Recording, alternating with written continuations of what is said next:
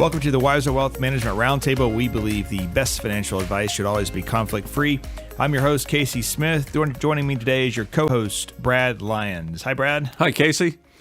Well, Brad, I want you to think about something. I want you to think that it's 1991. Okay? You back in time? I actually remember that year. I think I was a freshman. No, I may have been in middle school, but let's say we crossed paths and in 1991, and I told you in 30 years, former Governor Arnold Schwarzenegger, right, he's just a movie star in 91, right? Yeah. Would call out President Donald Trump, the real estate guy. He would call him out for treason, right? And all this just after, I kid you not, Becky from Full House gets out of prison. Aunt Becky? For prison. Oh, my goodness. Right? These are... If we cross paths, the only thing, what's this kid smoking? These are crazy times that we live in. That's probably an understatement of the show right there. But so today, we're going to cover a financial angle to something that's starting to be in the news that I don't think people understand fully. We try to steer clear of the politics of it, but the topic today is Section 230. Section 230 is what's allowing the social media companies essentially to censure a sitting president. Well, I don't know that I've ever seen in my lifetime such a small, obscure amendment in a code creates so much conversation and so much angst in people these days. I put something about it on Facebook, and one of the first comments was that these internet companies don't like it either, but they're willing to pay higher taxes because they hate Trump. And I'm like, this has nothing to do with taxes. I was like, I just deleted his comment because he made himself look stupid. People will just put together obscure points, as you said, together and create some sort of explanation for everything, whether it has any validity whatsoever. Right. So I've gone through this. I probably have researched this more than I think than any other podcast we've done, and it really has two sides. One of the two stories really I was kind of really got into is there was a bicycler. She does competitive racing. She ended up over in Wuhan before coronavirus started, and she had an accident. She had a spill, and there is we all know where the flu came from now, but back then there was a conspiracy theorist that had determined that she was like person zero for COVID, and that Chinese are saying, latched onto it and said, oh yeah, well, the Americans brought it here. She was an American soldier, bicycling. And then it ended up having 70 something YouTube videos referencing her in it.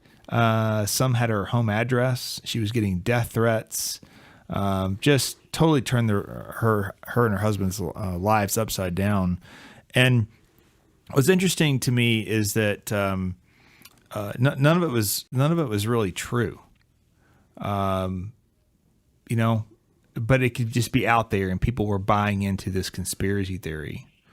Well, people come up with conspiracy theories sometimes because they're as we said earlier, they're putting together different pieces of information in a way that makes sense to them, because the actual truth doesn't make sense to them, and our brains just don't work that way. So we try and put together a storyline that fits our bias, the way we think about things. And in this instance, the fact that she was there, the fact that, the virus had, shortly begun thereafter, somebody just obviously put these two things together and said, well, that makes sense, whether it had any validity or not. And And it has created a terrible situation for her and her family. It was really hard to track down who was publishing and posting these things.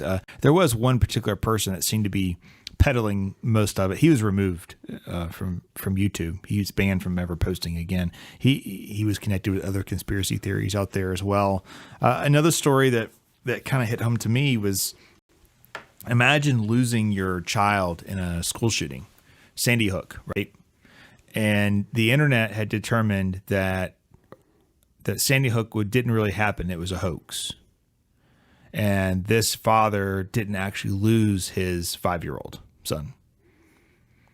And his address got published, and he got death threats of how he was some conspiracy to... that he was pushing a narrative about Sandy Hook? Right. He actually started a whole organization that helps people fight back when they're a product of these viral conspiracy theories. And there's other things out there too. There's we never landed on the moon. Right. The Earth is flat. That's the latest one, I think. Yeah. And then the obviously 9/11 was planned by the government, and the Pentagon wasn't. That wasn't an airplane that hit it. That was a missile. It just goes on and on and on with these conspiracy theories. But I think the one we're seeing the most of is that, President Trump got roughly 71 million votes in his favor. Still about 10 million shy of winning, at least the popular vote. And now all of a sudden we see him being removed because he believes that there was some election hoax happening. And so under the same rules that all these other things were removed that we just discussed, they're blocking him and removing the content about Stop the Steal and things of that nature. Well, I suppose, as president, he's susceptible to the same thoughts that everybody else is, trying to make, some sort of sense of what just happened. So let's go back to before 1996. Two companies here on this paper that I hadn't heard their names from about in forever. Let me see if I can find it. The CompuServe and Prodigy cases? CompuServe and Prodigy, yes. Those are names of companies that go so far back. The old dial-up on the internet days. That's right. So we have how did it go?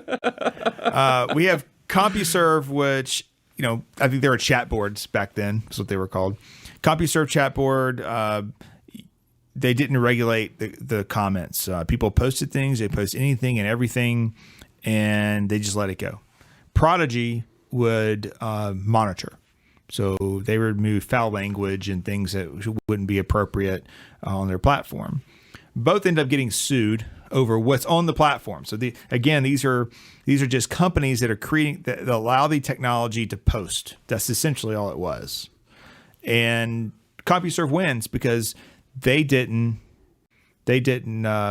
monitor anyone. It's right. Like, hey, so it was we're not responsible. That they weren't responsible. That since they were treating everybody equally, and so whether the person's post was accurate or not, they made no judgment as to whether or not it was, the validity of it. And then Prodigy ends up being guilty because it appeared as though they were monitoring. Right. They were just monitoring mostly language, right. But and that makes sense. And you think about it today, that you would expect them to do that. But once they were monitoring some, the courts presumed, in favor of the plaintiff or right. No, the prick, right. That they indeed were monitoring it all. So in 1996, Section 230 is added to, I guess it's the FCC code. It's not an IRS rule. It's a government code for this section, and basically it says this. Amounts really down to one sentence. No provider or user of an interactive computer service shall be treated as the publisher or speaker of any information provided by another information content provider. So when you unpack that, you have to see what all the different entities are. So on the last two words, the information provider, that's anybody who posts. Anybody who wants to express themselves in any manner is a provider of content. That's Correct. you and I. That's, people who tweet, people who post things on YouTube, people who, share with each others about what they're happening in their lives via Facebook. So what this did is help promote the internet in the very beginning of the internet, right? So you and I are liable for what we post. That's right. We're still liable. But it allows Twitter, Facebook, LinkedIn, YouTube, WhatsApp, et cetera. YouTube, Yeah. right? Yeah. Allows all those services to be free and clear of liability for anything that you post. Right. So that goes back to now there is the Good Samaritan Law. This partially was revised they can go through and clean up stuff on their own. So essentially, what Section 230 does is allow these media players to be able to do to police themselves, essentially, which they probably aren't doing that well. Which is the problem that Prodigy ran into back in 1995. But now they're protected by the Good Samaritan Law. Correct. And you would hope so. You would expect that they'd be good corporate citizens, police their sites for anything that is inappropriate for any potential viewer of that. And they have to look for a wide audience in many instances. So if you think about it, I guess from a product standpoint, if I go out and I say, okay, anybody can post anything on my site, it could be that people don't want to use the site because they come to it and it's just a bunch of junk. Like, none of this makes sense. It's almost like Craigslist if you think about it. It's confusing. There's a lot of bad actors out there. You get concerned about it. So you say, forget it. I'm not going to do anything here. Where then if you moderated everything, then you wouldn't go there either because it's not real people talking. It's somebody's voice who's screening everything. Right. It's no longer a platform for what we call free speech. It is speech that has been filtered through the systems of the content or the platform provider. So those are two extremes. Yes. I think these platforms are trying to find this middle ground where they are removing anything that they know is false. Who determines that? I think that's part of the problem, right? Right. And that trying to keep it where it seems like real people are behind it. Well, in layman's terms, you could think that the internet for many years has been like the wild, wild west. Yeah, true. And they made up their own rules and laws back then for that area. But then when, it grew up, it got settled, the law did come and, created, more of a equal law platform, if you will. So what's interesting is, Section 230 protects Twitter and Facebook and Google or YouTube from being sued. It also gives them the power to do whatever they want in policing their platforms. Mm-hmm. So I guess my concern is you have 3 or 4 people that are now more powerful than the government. They control the media. Most people don't get their news from the paper anymore. Most people are getting their news from their Facebook feed, their Twitter feeds, right? And even that word news, they're getting news, they're getting information, they're getting other people's thoughts and ideas. Right. Right. And when we take that into and trying to assimilate it into our thought process, it gets convoluted, And then what we actually do after that is start gravitating towards those same publishers time and time and time again because it's easy for us to understand, and we don't want to hear things that we don't understand. Whereas the traditional news media, they presumably are presenting news, good and bad, every night. For years and years, and people are supposed to have the ability to discern, what they think of this. But the internet has provided people with the ability to gravitate. I would say even like with onset of cable news, we had headline news for a long time. It was a channel, and it just had the news, and it was 24/7 cycle, right? That's right. We don't really have that anymore. The news is pretty much a commentary show. It's become editorialized. Sean Hannity is not the news. No. Right? No. The lady on MSNBC, I can't remember her name. Is it Rachel something? Rachel Maddow. She's not the news. No. Those two are almost borderline entertainment. Jim Cramer is not the news on CNBC. That is an entertainment show. He is there to entertain you. So, we don't have the Walter Cronkikes just quoting the news anymore. No. Because even on the news hour, it's hardly unbiased anymore. So going back to Section 230. We're trying not to get super political about this, but it has everything to do with politics. Both sides want to get rid of Section 230 completely. Yeah, politics is bringing this to the forefront. Absolutely. Yes. So both Democrats and Republicans both want to eliminate Section 230 for two totally different reasons, right? So that shouldn't be surprising in today's age. Democrats say that Section 230 hasn't done enough.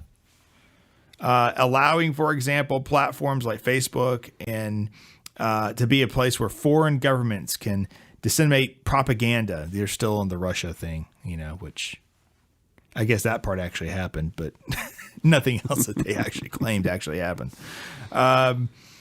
Republicans feel the law has gone too far as well, arguing that because Section 230 allows companies to judge what content violates their terms of service, they use it to censor conservative viewpoints. So Democrats are saying, hey, anybody can post anything that's not right. It should be moderated. And the Republicans are saying, hey, you're moderating our voice and our opinions, not to get our voice and opinions out. There's got to be some middle ground. So it shines some light on what the problem here probably really is that who or what becomes the purveyor of what's right and what's wrong. Right. Okay. Now that's going to be a difficult problem to solve, regardless if it comes from legislation or it comes from the corporations themselves, because somebody isn't going to be happy about the solution. So I'm trying to figure out what does getting rid of Section 230 completely mean for Twitter and YouTube and Facebook. If it goes away completely, that means that they're going to be treated as publishers. They'll be treated no different than the New York Times or the Wall Street Journal. If they publish something, not in the opinion section necessarily, but if they publish something in an article that's false, they could be held liable for that. Yes. Right. Yes.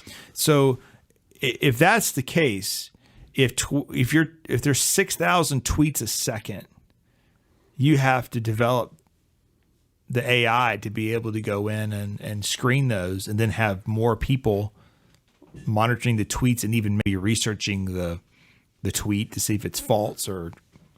And then the publisher of the tweet to see if there's been a pattern, right, of false tweets. And then you're opening yourself up to a lot of lawsuits. That's right. Just like we saw in the CompuServe and Prodigy scenario back in the 90s. So what does it all mean to these companies' business model that had prior or current, I should say, is like an open platform for comments and discussion within the bounds of common decency, if we could just put it like that?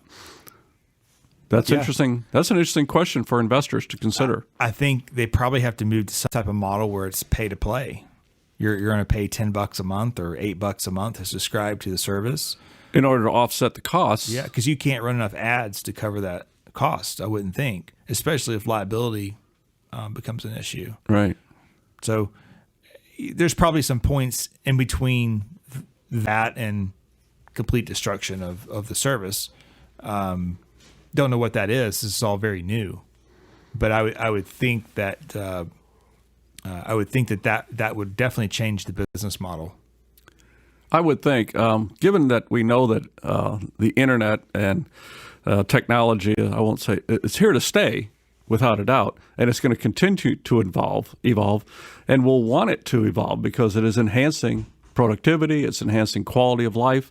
this enhancing ability for people to communicate and stay in touch. And we certainly want that to occur, but we want it to occur within certain restrictions and boundaries, right? Just like everything else in a civilized society. I went back and I was trying to look at what Biden was going to do in his administration with Section 230. There was a New York Times article where he says Section 230 should be revoked immediately. But ever since the Trump censor, he's been really quiet about it, almost avoiding the question. I will note that his chosen deputy chief of staff, his name is Bruce Reed, has had a vocal opposition to Section 230, calling it irresponsibility cloak. So I don't know. I don't think it probably needs to be repealed, but there probably should be ground rules laid out saying that you're not liable, but you have to police these things, right? Yes. I would think that they're going to continue to limit or shield much of the liability so that there can be a freedom of speech and a dissemination of thought without, undue barriers. Right. Yeah. Right. Well, it's going to be interesting to see what happens to the stock prices as this gets discussed over maybe the next year or so.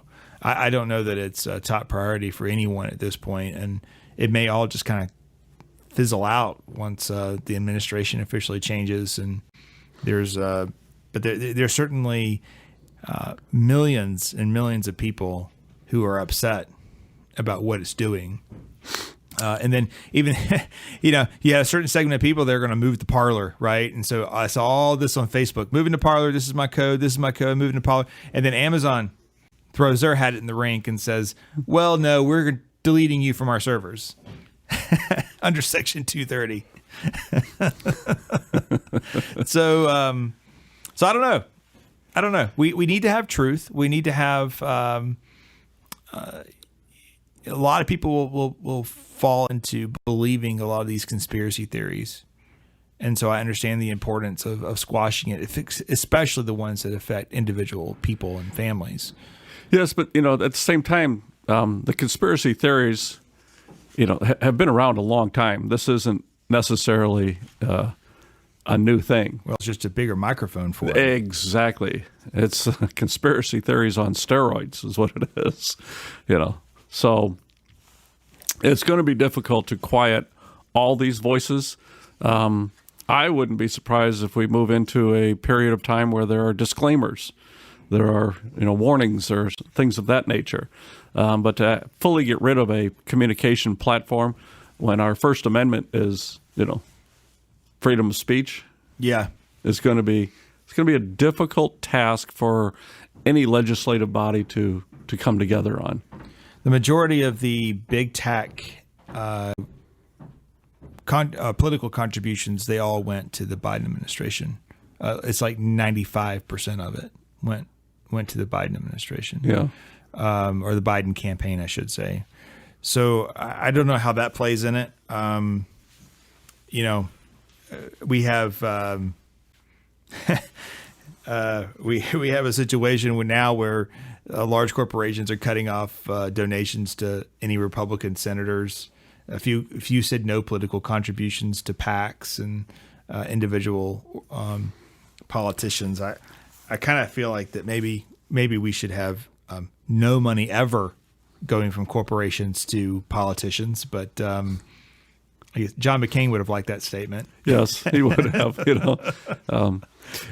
It wouldn't be surprising if we see big tech actually try and get out in front of this a bit in order to guide legislation, not just in their favor, but in terms of where they're planning on taking the internet, if you will, and helping people who don't deal with this on an everyday basis, such as our legislators, to have a better idea of what is perhaps going to happen in the future. So I wouldn't be surprised if we see them actually proposing legislation to do a little bit more self-regulating, things that they can, take a step towards, in terms of monitoring some content, making sure that it isn't a full repeal or shutdown. Yeah, I think it may have to be solved maybe by the FCC chair in the end, like in that committee level, because I just looking at where the money goes, I feel like the big tech has bought the representation they need to protect their entities. So the solution's probably somewhere in the middle, not dismantling Section 230 altogether, but it does pose some risk to the business model, and that's something that you should monitor. One of the reasons why I don't always like individual stocks, because you could take on a lot of additional risk like this, where obviously in index funds we don't have to worry about it as much. No, not as much. No, our allocation to tech is extremely diversified within the sector, so it's not a one incident is going to destroy a sector's returns. Right. Exactly. Well, I hope this was a little more enlightening to everyone listening on the podcast today. Is something that I felt like that I needed to understand the landscape in our own portfolio. We have a slight tech overweight, and I wanted to know what additional risks were there because of Section 230. And this is kind of a summary of what we came up with. Brad, a great conversation. I'll see you next week. Sounds great.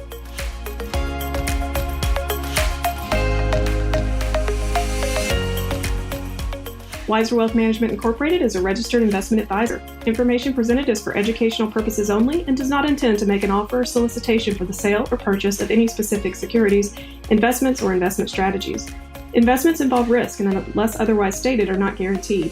Be sure to first consult with a qualified financial advisor and/or tax professional before implementing any strategy discussed herein. Past performance is not indicative of future performance.